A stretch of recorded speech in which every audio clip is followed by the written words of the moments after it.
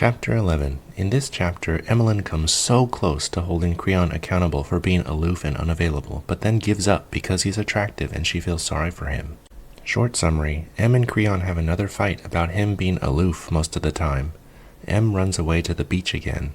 The fight resolves with Em feeling sorry for Creon and their discussion of using the labyrinth below the palace as a point of attack. Long summary.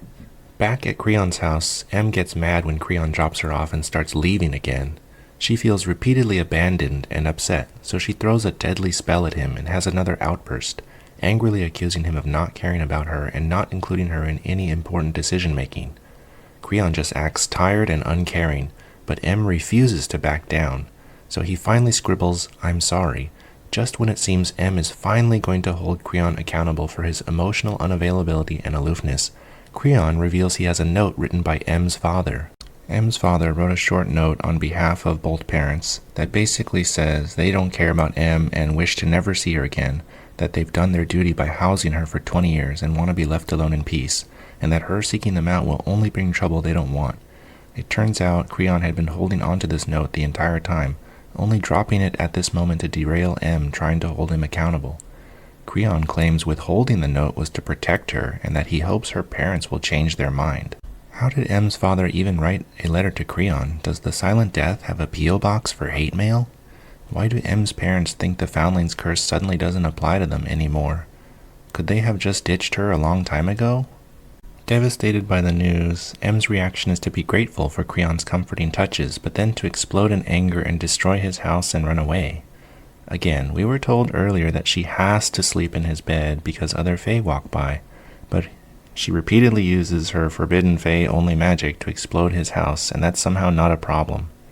Even though Creon flies at super speed and clearly has no problems non-consensually grabbing Em, he doesn't seem to pursue her immediately. I guess he's just being really polite again and giving her space to be mad at him. Along the beach, Em runs away to some non-Fae woman's barn.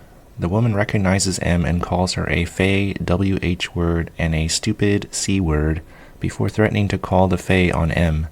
Finally, Creon shows up and non-consensually grabs Em while she screams, "Let me go," and tries to fight him off. Like a child, her tantrum disappears as soon as Creon tells her to sit with authority. Em suddenly believes none of this is Creon's fault and that he should not be blamed for how her parents act. She even thinks Creon is the real victim here since he lost his voice. Obviously, losing your voice is way worse than losing your home, all your belongings, everyone you've ever known, and having your family disown you. Em is completely shook by Creon revealing he's been practicing sign language, which benefits him, but it's framed as him learning it for Emmeline's sake. Em is really impressed and takes it as evidence that Creon really cares about her.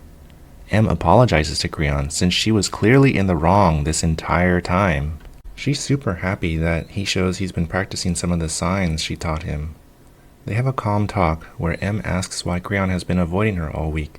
He says he was being polite and thought she didn't want him around. Em immediately forgives him and feels sorry for him, and then immediately starts glazing him as much as possible.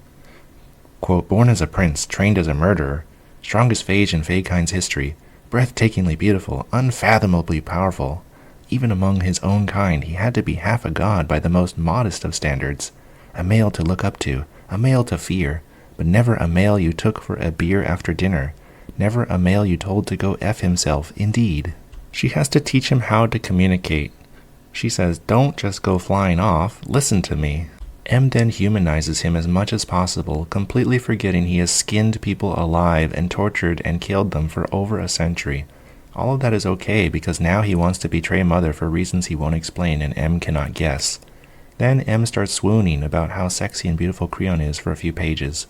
Finally, she focuses and asks to come with Creon while he explores the labyrinth. Em reasons with Creon, saying, "If you keep me safe by keeping me ignorant, you make me feel vulnerable and weak and altogether pathetic, and not particularly safe either. It's hard to feel safe when I know there's danger somewhere, but not where to expect it." This is a great point. Ignorance is not necessarily bliss, and keeping her ignorant doesn't actually keep her safe. It's making her anxious and vulnerable. Em wants to be included on a trip to the labyrinth. Creon refuses, saying Em will be killed if Mother finds out, so it's better if only he breaks the rules by going to the labyrinth.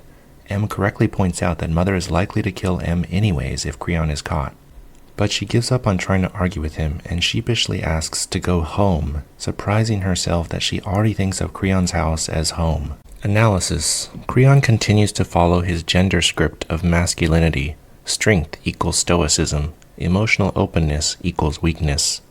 M tries to hold him accountable for disappearing and not explaining, but questioning him too much makes her seem like she doesn't appreciate his sacrifice. This is why she feels strangely guilty. Every time they fight, it goes from her having a reasonable concern, such as, "Why did you disappear for weeks with no explanation?" flipped into, "I am so sorry for doubting you." The power imbalance and gaslighting potential are so strong here. M, trapped at his house and ignorant of what's going on, while potential rapists and murderers drop by unexpectedly, has to apologize for not appreciating Creon enough.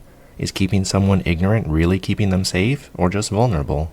M is not a child, she's an adult, and she's supposed to play a critical role in assassinating Mother. Safety requires informed agency, yet Creon treats her like a child. Correspondingly, M throws tantrums like a child since she is treated like one. This is control masquerading as care.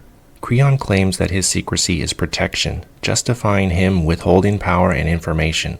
But real care would involve transparency, building skills, and fostering resilience, not infantilizing someone. Remember, he doesn't even properly train her magic, he just leaves her with some Kumon homework tasks and disappears with no explanation.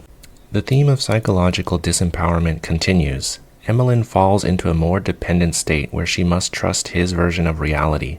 When she seeks help from the woman on the beach, she is rejected. Isolated and vulnerable, Emmeline is easy to manipulate, and whenever she dares to question any of this, she is framed as ungrateful, disloyal, or irrational. It's disturbing.